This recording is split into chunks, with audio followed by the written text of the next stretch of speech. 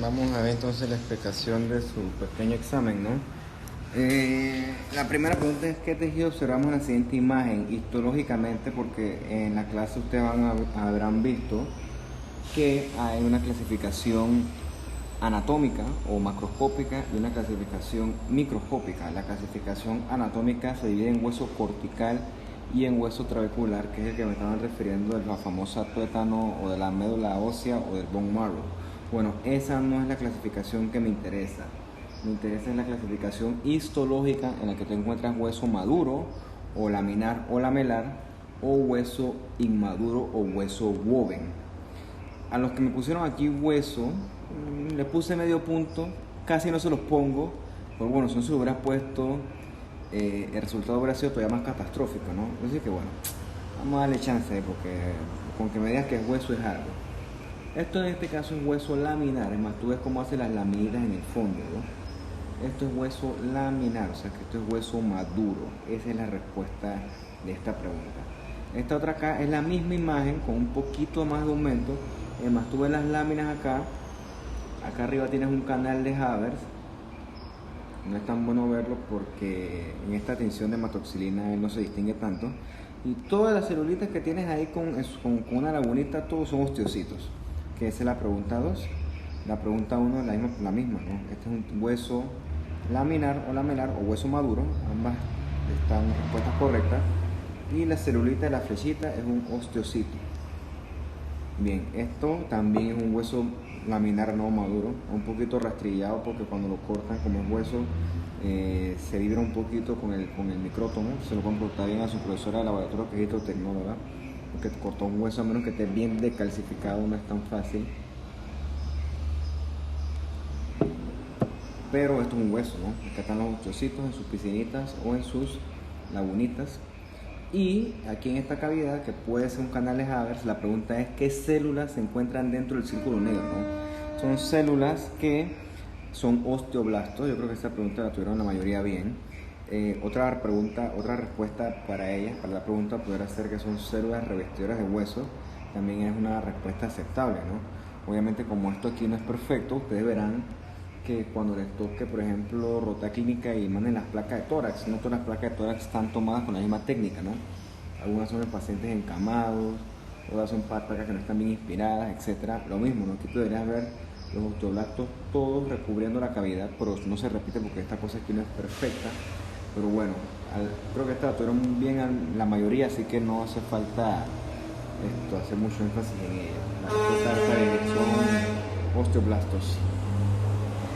¿Qué proceso llamamos en la siguiente imagen? Aquí solamente hay una respuesta. Esto es una osificación endocondral. O sea, cuando tú ves hueso, con cartílago, es una osificación endocondral clásica. Es más, por acá arriba está la zona esta de reserva, acá está la zona de proliferación, aquí ves los condrocitos gordos en la zona de la zona de hipertrofia, acá abajo la zona de osificación, y acá la zona de los osteoblastos, ¿no? Y una de las más bonitas que tú puedes encontrar en el internet. Mira, de hecho todas estas imágenes son de la historia guía, yo se los dije que yo uso las imágenes de ahí. Y entonces, ¿cómo diferencia esto del cartílago articular? Por la fase cartílago-hueso. En el cartílago o el articular o en la articulación no hay fases entre un tejido y el otro. En la ossificación hay transición con diferentes fases y diferentes caracteres celulares, sobre todo los condrocitos. En el cartílago articular, como en el quiz pasado, tú ves que hay una transición de cartílago maduro a hueso maduro. Aquí no.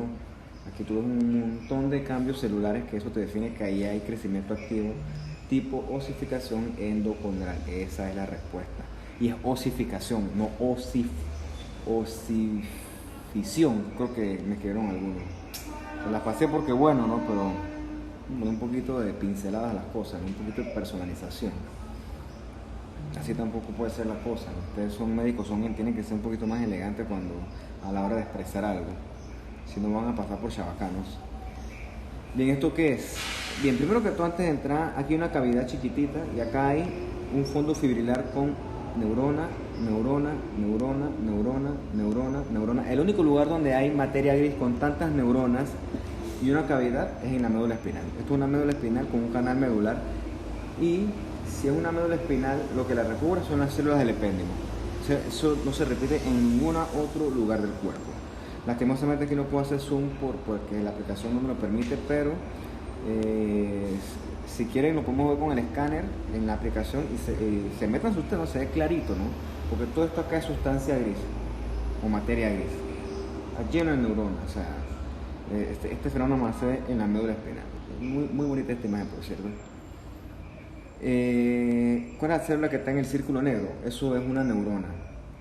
Y de hecho, si tú la comparas, ¿cómo sabes que es una neurona? Porque si la comparas versus las otras células, la neurona es literalmente colosal, es titánica, es una célula inmensa, gigantesca. Eso es propio de la neurona nada más. No me puedes decir que es una célula de la glía, porque si tú la comparas, la neurona es como 100 veces más grande que cualquier célula de la glía, como por ejemplo estos oligodendrocitos que están por ahí perdidos. Un pericarión no es una célula, un pericarión es una parte de la neurona que corresponde con el cuerpo neuronal, así que pericarión no es la respuesta, ¿no? La respuesta es neurona.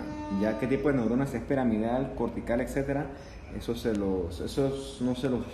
con neurona era suficiente, ¿no?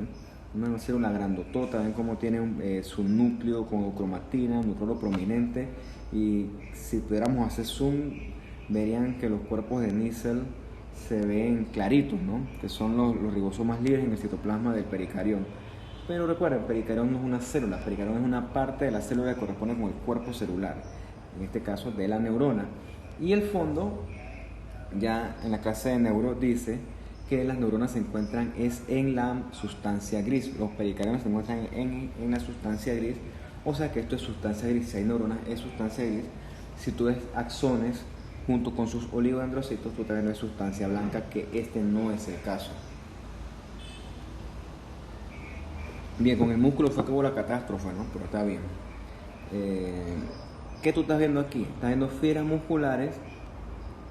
Si tú bajas un poquito más, verás que tienes estrías. O sea que esto es músculo estriado hasta ahora. Pero a la periferia, cada fibra tiene muchos núcleos. Son fibras musculares estriadas con muchos núcleos.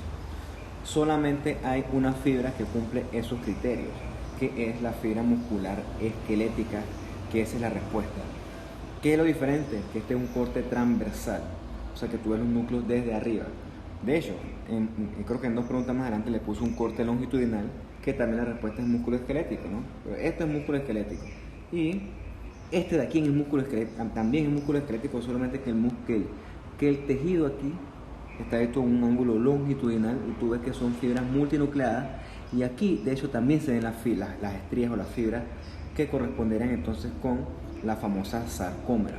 Ambas, este corte y este son el mismo, ambas son fibras musculares esqueléticas, y vean siempre estrías y multinucleación con núcleos a la periferia, o sea, a la periferia en este caso de el sarcolema.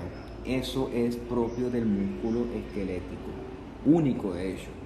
Esto por acá son fibras.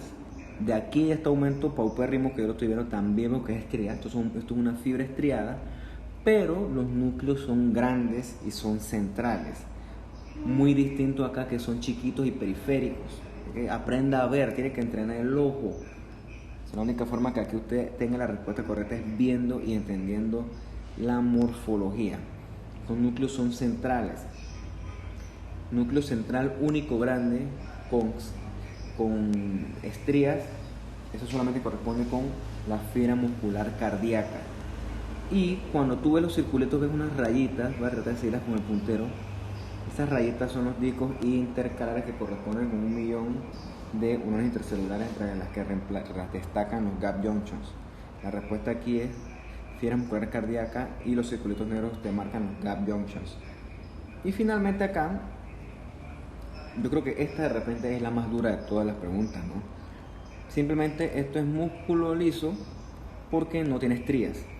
Lo duro aquí es que es difícil ver dónde termina una célula y dónde termina la otra.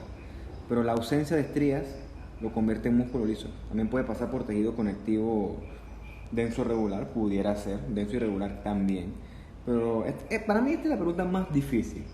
O sea, es una pregunta que yo sé que es músculo porque estamos tratando el tema de músculo y yo estoy tratando de ser justo colocándole los temas que le pregunto. O sea, tampoco la gracia es hacer trampa. Pero hubo personas que me lo respondieron. Sí, esto es músculo liso, no creas que las células son alargadas, pero el problema aquí es que no es fácil ver dónde comienza una y dónde termina la otra. Por lo tanto, no es fácil evaluar la morfología, como por ejemplo acá, que tú sí ves que son fibras alargadas, acá no, ¿no? Esta es la pregunta controversial, pero bueno, hubieron unos que sí me la contestaron. La respuesta aquí es músculo liso. Puede pasar también por un tejido conectivo que yo se lo pudiera reconocer, aunque sea un medio punto, pero bueno, lo importante aquí es que no hay estrías. Y si tú me dices que estamos hablando de músculo, tú me dices que esto es un músculo sin estrías, fijo, esto es músculo liso. Listo, muchachos. Si tienen más preguntas me las hacen y yo se las contesto, porque total que este es mi trabajo y la gracia al final del día es que ustedes entiendan las cosas que hacen, tengan su retroalimentación y se puedan ir de aquí con el mayor conocimiento posible.